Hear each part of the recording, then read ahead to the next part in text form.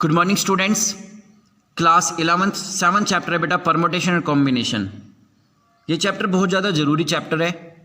इसके जितने भी लॉजिकल क्वेश्चन हैं उनको पहले हम समझेंगे, उनको फील करेंगे और उनको फिर हम सॉल्व करेंगे। सबसे पहले मैं आपको बता देता हूँ इस चैप्टर को जो यूज किया गया है वो स्पेशली एंट्रेंस में माना गया है। कोई भी एंट्रेंस हो सकता है, जैसे IIT JEE का हो सकता है, NDA का हो सकता है, बिटसेट का हो सकता है, हायर ग्रेजुएशन लाइन में भी हो सकता है। कि जरूरी तो नहीं था ये 12th क्लास तक ही काम आने वाला चैप्टर है, आपके हायर ग्रेजुएशन लाइन में भी यूज होगा एंड 10th क्लास के लिए भी बहुत ज़्यादा यूजफुल है। स्पेशली NTSC का एक एग्जाम होता है, उसमें इस चैप्टर के जो लॉजिकल क्वेश्चन है वो बनते हैं, हम इनमें ट्रिक लगा सकते हैं। तो बात करते हैं सबसे पहले परमुटेशन क्या होता है, कॉम्बिनेशन क्या होता है, दोनों में डिफरेंस क्या है और किस टाइप के जो क्वेश्चन है वो बनते हैं। परमुटेशंस की डेफिनेशन क्या होती है? A permutation of a set is an arrangements of its members into a sequence और अ लीनियर ऑर्डर। हमारे पास कुछ वर्ड मिलेंगे, कुछ पर्सन्स मिलेंगे या कुछ एलिमेंट्स मिलेंगे या कुछ मेंबर्स मिलेंगे, हमें उनको अरेंज करना है। एक स्पेशली एक उसका ऑर्डर होना चाहिए।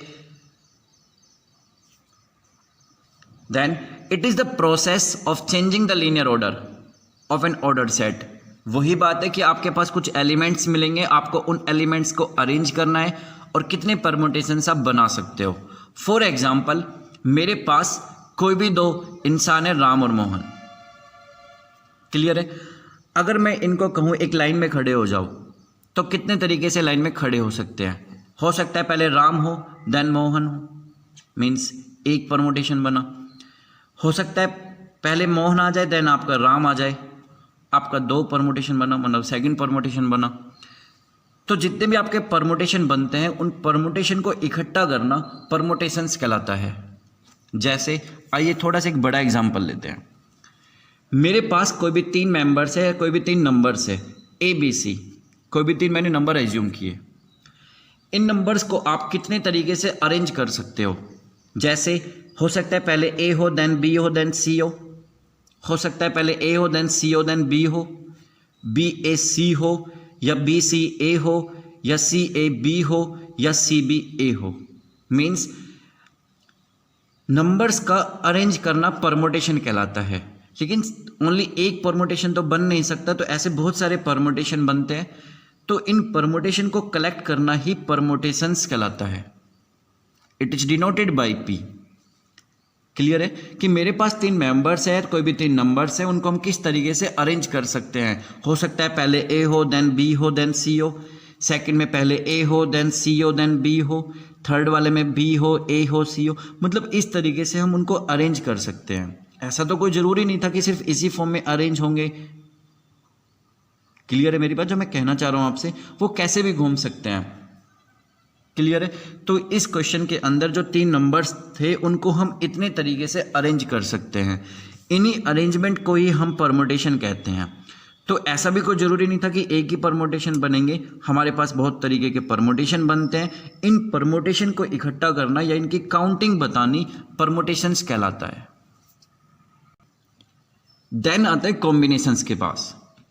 It is a mathematical technique that determines the number of possible arrangements in a collection of items where order of the selection does not matter.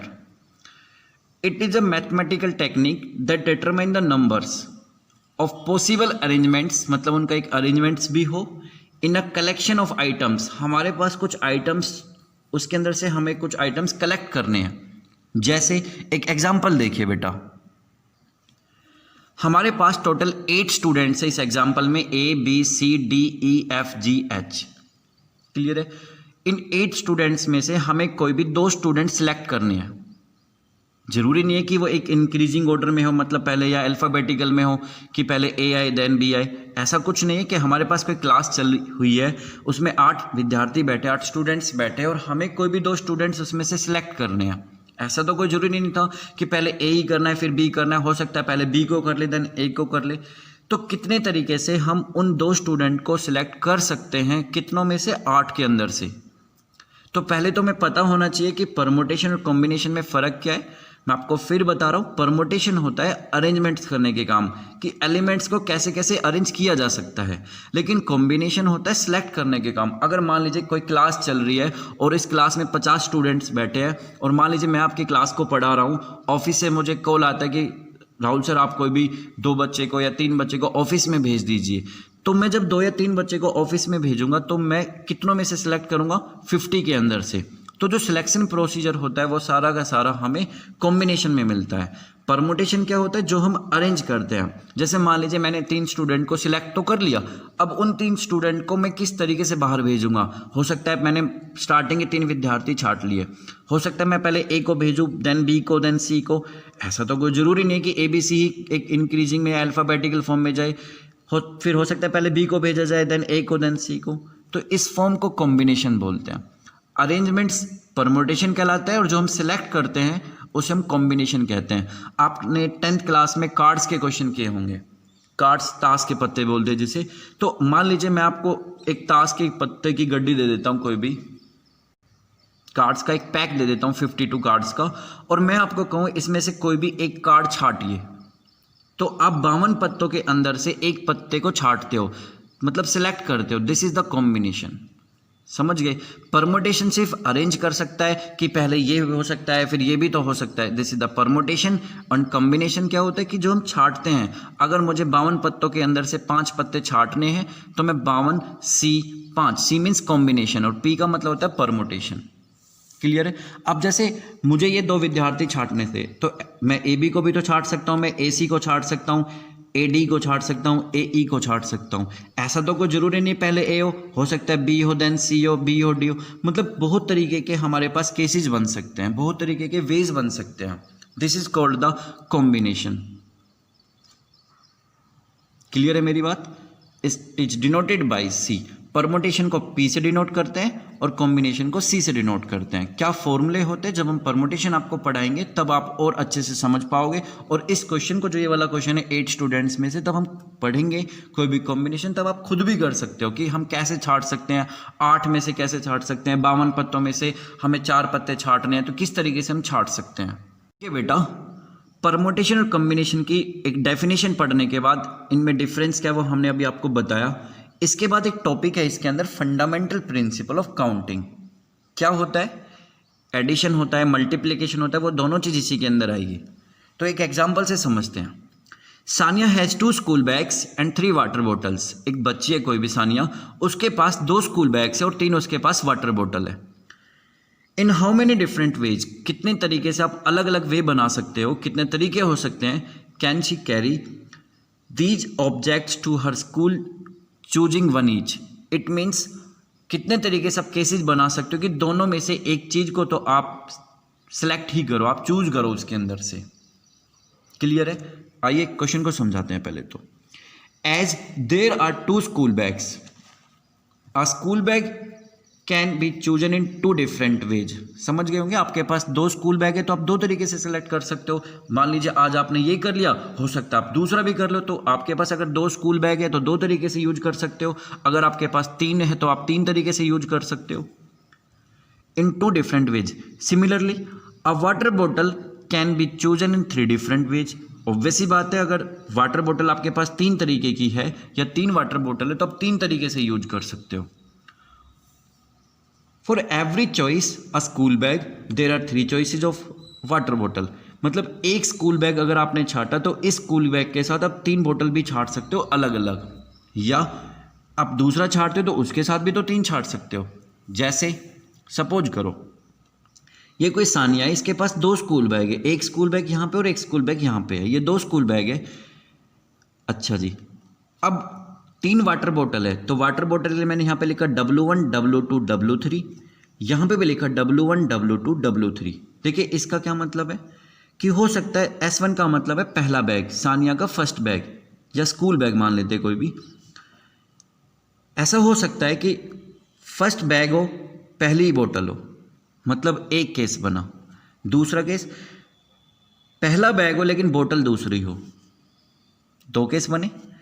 तीसरा बैग पहला हो लेकिन बोतल तीसरी हो, मीन्स एक बैग के 3 वे बन सकते हैं, जो मैंने आपको यहाँ बताया था कि for every choice a school bag there are 3 choices of a water bottle. वो यही चीज़ है कि एक स्कूल बैग के लिए अलग अलग वाटर बॉटल को छाटा जा सकता है। अब ऐसा तो कोई ज़रूरी नहीं था हम पहला वाला बैग ही छाटे, हो सकता है हम दूसरा वाला स्कूल बैग उठाएं। देन क्या हो सकता है, दूसरा बैग उठाया तो पहली वाली वाटर बॉटल हो सकती है, दूसरे के साथ दूसरी वाटर बॉटल हो सकती है, और तीसरे के साथ तीसरी वाटर बॉटल हो सकती है। इट मीन्स हमारे पास जितने भी परमोटेशंस बने हैं, जितने भी हमारे पास केसेज बने हैं, देयर आर 6 डिफरेंट केसेज। आप ध्यान से देखिए, कोई भी केस सेम नहीं है, सब अलग अलग केस है। क्लियर है।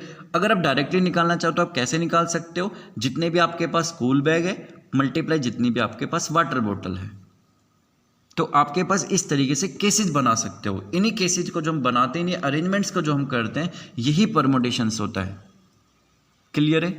देखिए बेटा, एक एग्जाम्पल है मेरे पास, इससे जस्ट नेक्स्ट बहुत बहुत बहुत ज़्यादा ज़रूरी है। वहाँ पर ये चीज़ दोबारा से आएगी, लेकिन फिर 3 केसों में आएगी। आइए उस एग्जाम्पल को समझते हैं। इसी टॉपिक के अंदर जो प्रिंसिपल ऑफ काउंटिंग वाला टॉपिक अभी हमने डिस्कस किया, इसमें मल्टीप्लिकेशन और एडिशंस भी आते हैं। देखिए, एक क्वेश्चन है कि मेरे पास एक लड़का है, कोई भी Gopal, has 8 shirts 5 pants and 2 ties. उसके पास क्या है, कोई भी 8 शर्ट्स है, 5 उसके पास पैंट्स है और 2 उसके पास टाई है। कैसे, कितने तरीके से वो पहन सकता है, उसे एक शर्ट भी पहननी है, पैंट भी पहननी है और एक टाई भी पहननी है। तो आइए क्वेश्चन क्या है। मेरे पास एक लड़का है गोपाल, या कोई भी एक लड़का है गोपाल, जिसके पास 8 शर्ट्स है, 1 2 3 4 5 6 7 8। क्लियर है।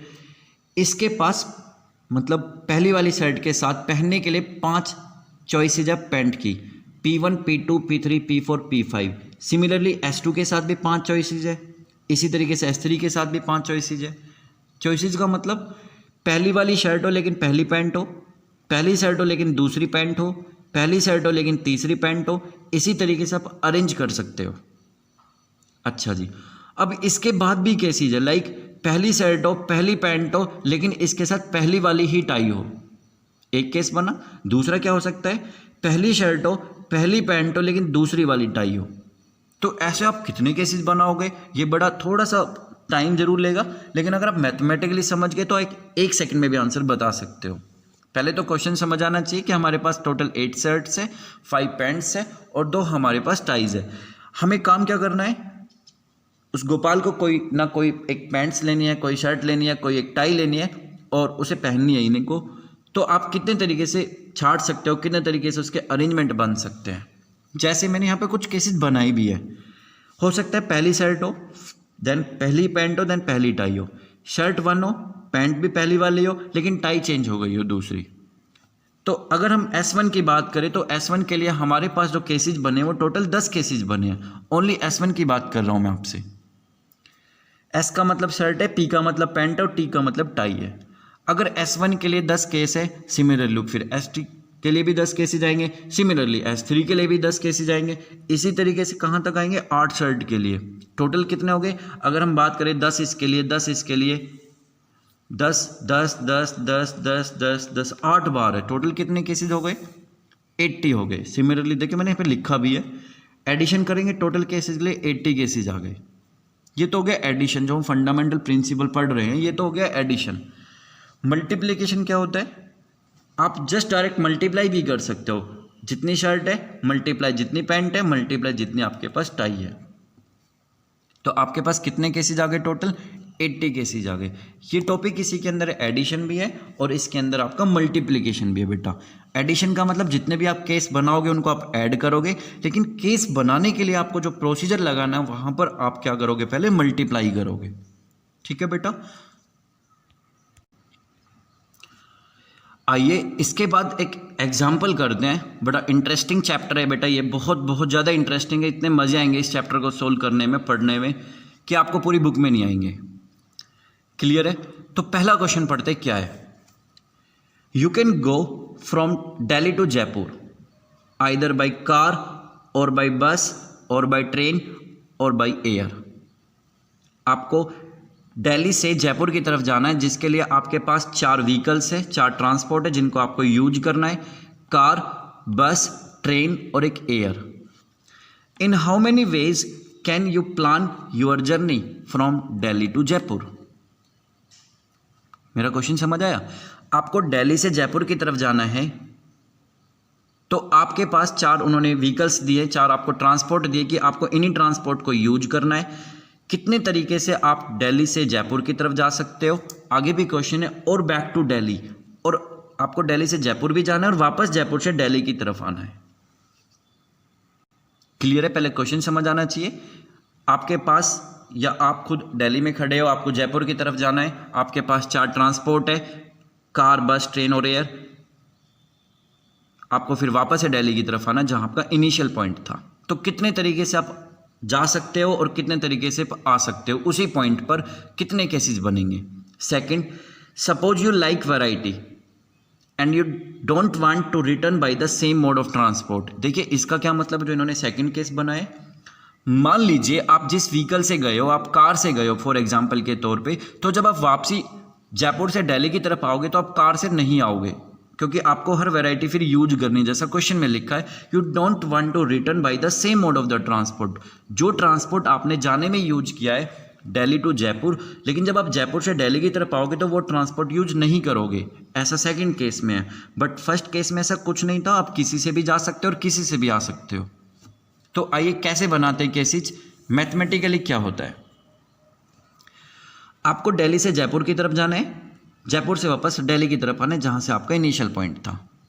पहला केस ऐसा कुछ नहीं था कि आप जिसमें जाओगे उसमें वापस नहीं आओगे, यह आपका सेकंड केस था। फर्स्ट में क्या है कि आप किसी से भी जा सकते हो और किसी से भी आप आ सकते हो। तो आइए कैसे क्वेश्चन है। सपोज करो आप कार से गए, आप दिल्ली से जयपुर की तरफ जा रहे हो, आप कार से गए, लेकिन जब आप जयपुर से वापस दिल्ली की तरफ आओगे तो आप कार से भी आ सकते हो, आप बस से भी आ सकते हो, आप ट्रेन से भी आ सकते हो, आप एयर से भी आ सकते हो। आप गए तो सिर्फ कार से, लेकिन वापसी जब आप आए दिल्ली की तरफ ही, तो आपके पास वहाँ पे भी 4 ट्रांसपोर्ट है। तो केसेज क्या बने, कार से गए, कार से आए, कार से गए लेकिन बस से आए, कार से गए लेकिन ट्रेन से आए, कार से गए लेकिन एयर से आए। ये 4 केस तब बने जब आप कार से गए हो। और ऐसा तो कोई ज़रूरी नहीं है कि आप कार से ही गए हो सकता है आप बस से गए हो। देन अगर आप बस से गए, कार से वापस आ सकते हो, बस से भी आ सकते हो, ट्रेन से भी आ सकते हो और एयर से भी आ सकते हो। इट मीन्स हमारे पास कार के भी 4 केसेज है, इस बस के भी हमारे पास 4 केसेज है। क्लियर है? कार के भी 4 हमारे पास, बस के भी 4। इसी तरीके से जब आप ट्रेन से जाओगे तो वापसी में भी आपके पास 4 रहेंगे, एयर से जाओगे तो भी वापसी में आपके पास 4 व्हीकल्स रहेंगे, 4 आपके पास ट्रांसपोर्ट रहेंगे। तो टोटल वेज कितने बने, टोटल केस कितने बने, 4 4 4 और 4 ही हमारे पास एयर के, तो टोटल केसेस बने 16। अब अगर हम ऐसे, हमारे पास अगर सपोज करो 10 व्हीकल है, तो हम इतना तो हमारे पास समय नहीं रहेगा एंट्रेंस में कि हम ये चीज़ बना के देखें कि हमें कितने केस बनेंगे, 1 के कितने बनेंगे, 2 के कितने बनेंगे। तो मैथमेटिकली क्या होता है, आपको एक ब्लॉक बनाना है। इस ब्लॉक के अंदर 2 ब्लॉक बनाए मैंने, एक के अंदर इस 4 का मतलब है जाने के लिए आपके पास कितने साधन हैं।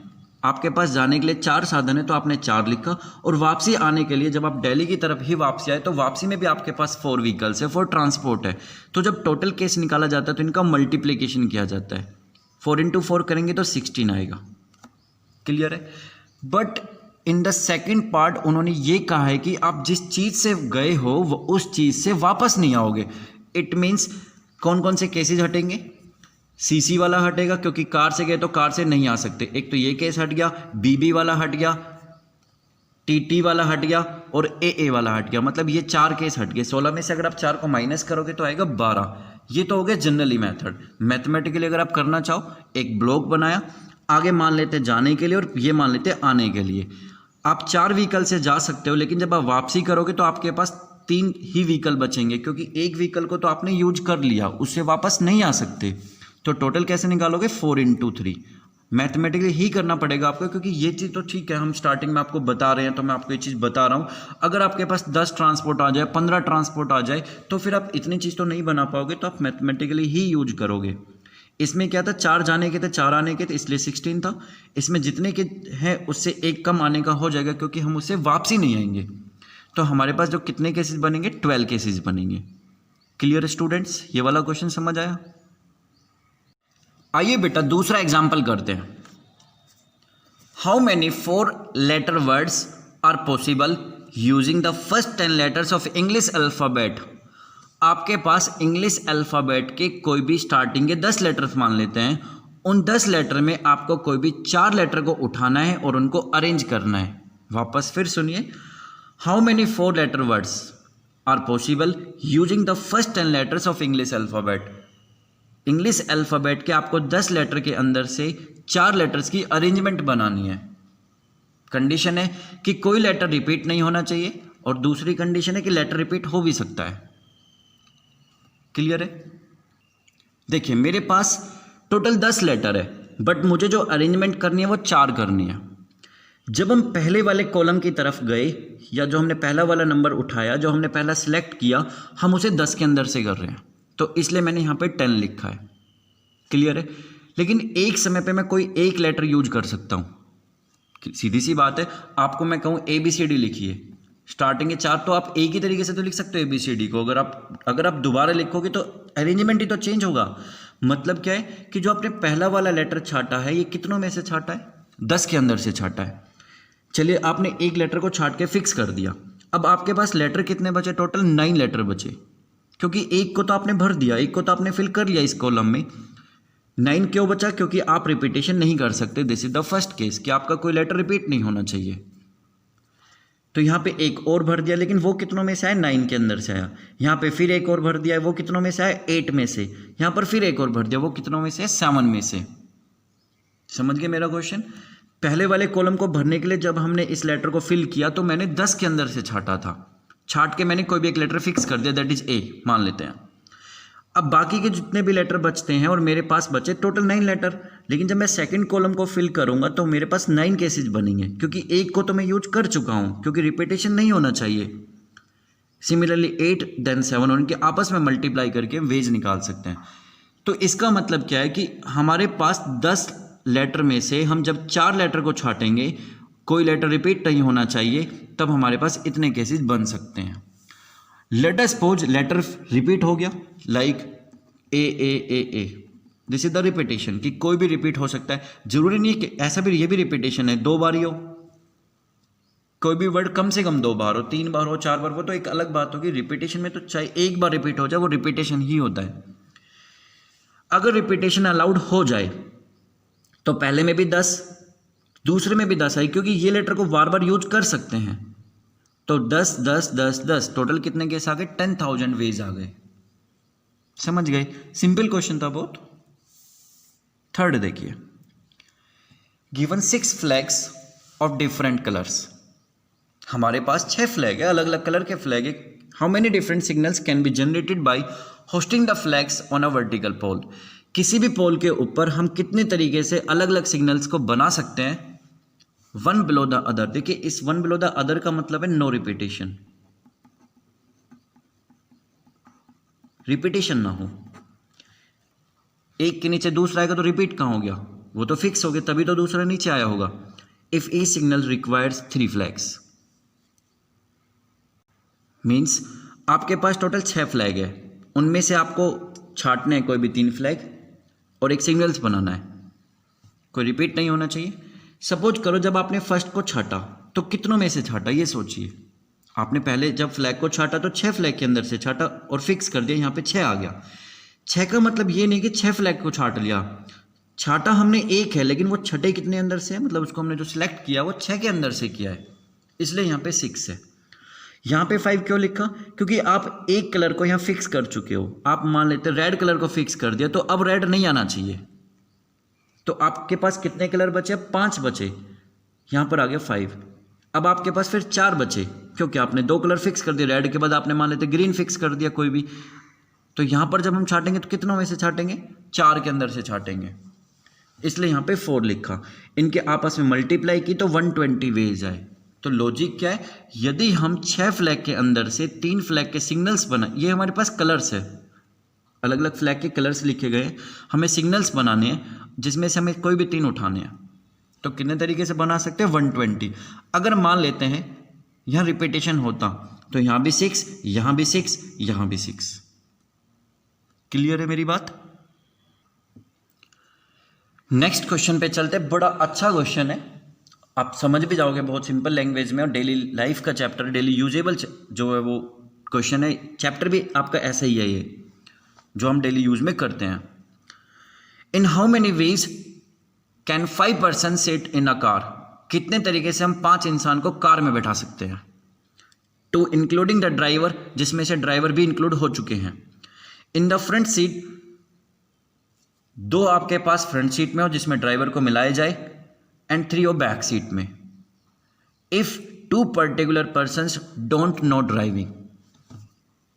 देखिए हमारे पास टोटल 5 इंसान है, हमें एक कार के अंदर उनको बैठाना है, जिसमें से 2 इंसान आगे बैठेंगे, 3 इंसान पीछे बैठेंगे। मैंने आपको एक रफली डायग्राम भी बताया है कि यहाँ पर 2 बैठ सकते हैं, 3 यहाँ पे बैठ सकते हैं। लेकिन क्वेश्चन ये कि उन 5 लोगों के अंदर 2 लोगों को ड्राइविंग नहीं आती। इट मीन्स क्या मतलब निकला कि 5 लोगों में 2 को ड्राइविंग नहीं आती, तो ड्राइविंग फिर कितने लोग कर सकते हैं? 3 ही तो कर पाएंगे, क्योंकि 2 को तो ड्राइविंग आती नहीं है। इट मीन्स ये जो ड्राइवर वाली सीट थी इसके अंदर 3 क्यों फिल किया? क्योंकि 3 लोग ड्राइविंग कर सकते हैं। क्लियर है? अब ऐसा तो है नहीं कि एक गाड़ी को चलाने के लिए एक साथ तीनों को बैठा दिया, केसेस बनाए जाते हैं। मैंने काम क्या किया, यहाँ पे 3 लिखा, लेकिन मैंने एक को फिक्स कर दिया कोई भी। समझ गए बात? 3 क्यों? क्योंकि 3 केसेस बनेंगे एक एक के। अच्छा जी, टोटल 5 इंसान थे, एक इंसान को फिक्स कर दिया। अब कितने बचे? 4, एक फिर फिक्स हो गया, फिर 3, फिर 2, फिर 1। 5 एक यहाँ पे बैठ गया, तो यहाँ पे जो बैठेगा वो 4 के अंदर से बैठेगा। अब 2 फिक्स हो गए, फिर 3 बचे, यहाँ 3 के अंदर से बैठेगा, फिर 2 के अंदर से बैठेंगे, और यहाँ पे जो लास्ट वाला बचता है। कितने केसेस बने टोटल? 3 × 4 × 3 × 2 × 1 12, 36 × 2 72 वेज आ गए। क्लियर है बेटा? चलिए एक और क्वेश्चन ले लेते हैं, बड़ा अच्छा क्वेश्चन है ये भी।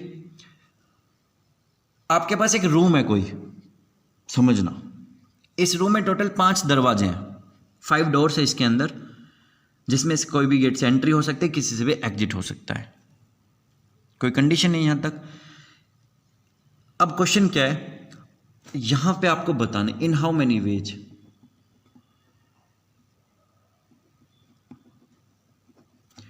Enter and exit door should not be same.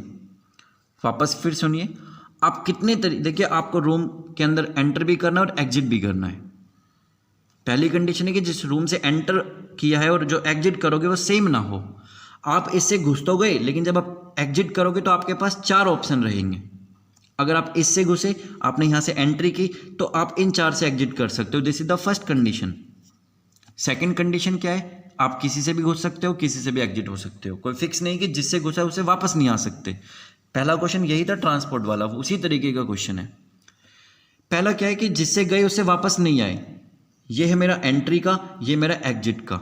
जब मैंने एंट्री की तो मैं कोई भी 5 गेट से कर सकता हूं, इसलिए यहाँ पे 5 आया। यहाँ पे 4 क्यों आया? आप समझ गए होंगे।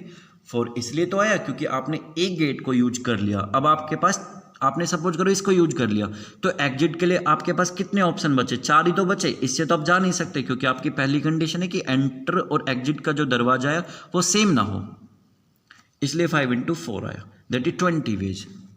सेकंड में काम क्या किया, आप किसी से भी अंदर घुस सकते हो, किसी से भी आप बाहर जा सकते हो। तो टोटल कितने केसेज आ गए आपके पास? 25 केसेज आ गए।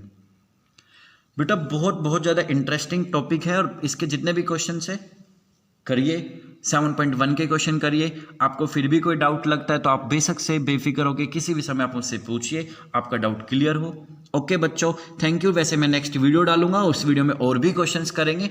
आज की वीडियो में सिर्फ हम ब्लॉकिंग सीख रहे हैं, अगली एक और वीडियो में भी ब्लॉकिंग सीखेंगे। जब ब्लॉकिंग अच्छे से समझ आएगी तो हमें परम्यूटेशन और कॉम्बिनेशन को समझने में बड़ा मजा आएगा। क्लियर है बेटा? अभी तक मैंने आपको परमुटेशन कॉम्बिनेशन के क्वेश्चन नहीं कराए। मैंने आपको स्टार्टिंग में बस एक मतलब बताया था कि होता क्या है, फिर ब्लॉकिंग के क्वेश्चन किए, अरेंजमेंट्स कर रहे हैं, ऐसा होता है, ऐसा होता है। अभी और भी क्वेश्चंस करेंगे। जब इस तरीके के क्वेश्चन अच्छे से क्लियर हो जाएंगे, फिर इन्हीं क्वेश्चन को परमुटेशन से भी करके देखेंगे। ओके बच्चों, थैंक यू।